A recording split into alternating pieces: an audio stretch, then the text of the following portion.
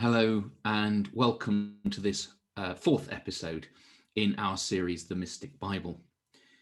Why are we referring to it as the Mystic Bible, and why are we talking about the mystical aspects of Christianity? Well, the supernatural is a very strong and important part of Christian faith, but it's not a part that we're very comfortable with.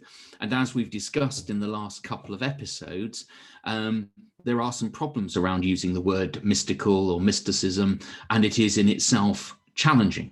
But we have identified that an important part is having an open mind and wanting to make a direct connection with God. And in this case, we're looking at a particular 500-year-old Bible, and which challenges us to think and to open our minds through the art that we see. Now, the dictionary definitions will give you a very good idea of what the problem is in talking about mysticism.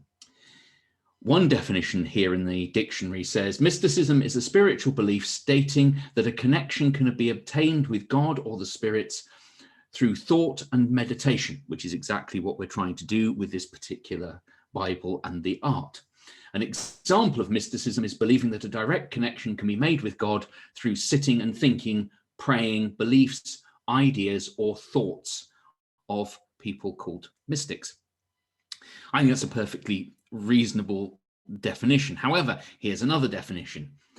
Vague or ill-defined religious or spiritual belief, especially associated with the belief in the occult. And you'll remember I also mentioned Gnosticism, the idea of secret knowledge. There is a hint of New Age mysticism in this show's title, was an example of a phrase in which we use mysticism in the negative.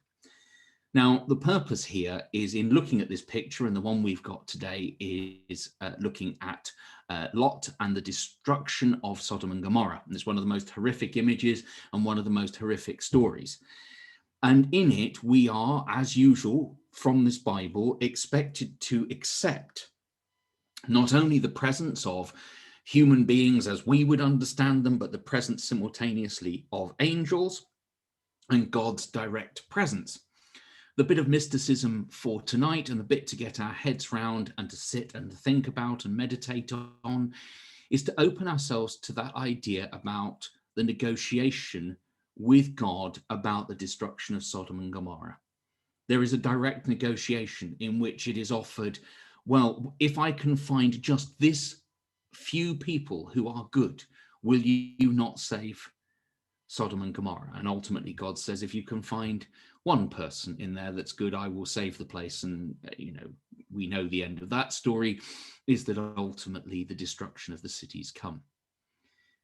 The point, though, the mystical aspect, and the reason we're talking about this being a mystic Bible, is that the art is emphasizing that direct and real connection with God. And that's what we're looking for over this Lent period. So that's the little message for today, that the idea of mysticism, or looking for the mystical aspects in the Bible, is about forming that direct connection with God. And that's what we're trying to do over the Lent period, is get closer to God in the things that we do and open ourselves to something new in terms of ideas. Thank you for listening. See you tomorrow.